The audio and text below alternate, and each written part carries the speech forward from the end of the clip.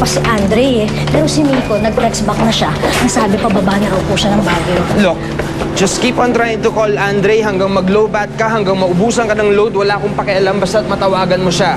Of course, Mr. Mr. D, tumawag po si Ma'am Patrice. Pinapapunta ka niya sa office niya as in now na. Mamaya na yan si Patrice. Gather everyone sa Studio 3, pati si Roseanne. Susunod na ako doon in a while. Beverly, si Andre, ha? Ito na nga po, sir eh. Oh, ito na. Hello, Bev. Sorry, ha? Wala akong signal kanina, pero... Pabalik na kami. 9 p.m. sa meeting. Makakarating ka ba? Abot ka? Aabot kami ni Mikmik. Huwag ka mag-alala. Ha? Bababa din si Mikmik? Siya na lang ang kausapin mo mamaya, ha? Basta pabalik na kami at kasama ko na siya. See you. Ingat kayo. Problem solved. Parang hindi yata ako ready harapin si Mr. D, ah. Nahihiya ako eh. Feeling ko dahil sa akin masisira pa yung banda eh. Hindi, Mick. Hindi dahil sa'yo. Dahil sa atin. Hindi pa naman huli ang lahat, kaya nga atin tayo ng meeting mamaya, di ba? Huwag ka mag-alala. Nandito ako. Kapag naayos na natin yung problema sa banda, siguro kailangan na rin malaman ni Eric yung tungkol kay Abigail. Sigurado ka?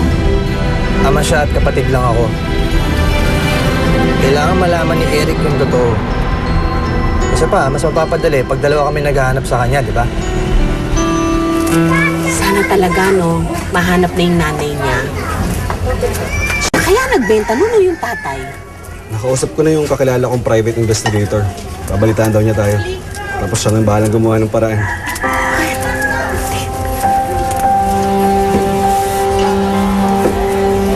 Sala kaya si Roseanne, no? Kung meron kang hindi masagot, tumingin ka lang sa akin at masalo kita, ha? Si Kuya Andre po ba darating? Ay naku, Roseanne, pababa pa lang ng Baguio. Mamayang gabi pa yung darating.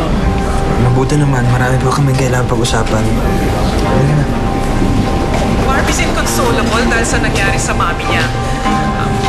Very close kasi yung dalawang yun eh. Ano po sabi ng doktor sa kanila? Anong meron? Well, marami pang tests na gagawin, pero let's all pray for Barbie na hindi sumama ang lagay ng mami niya, di ba? Mommy, iwan! Mommy, paano na ako? Mommy, I love you, please! Huwag po akong iwan! Sinasabi ko na nga ba eh. Drama. Hindi naman totoo yan. Diyos, sarap.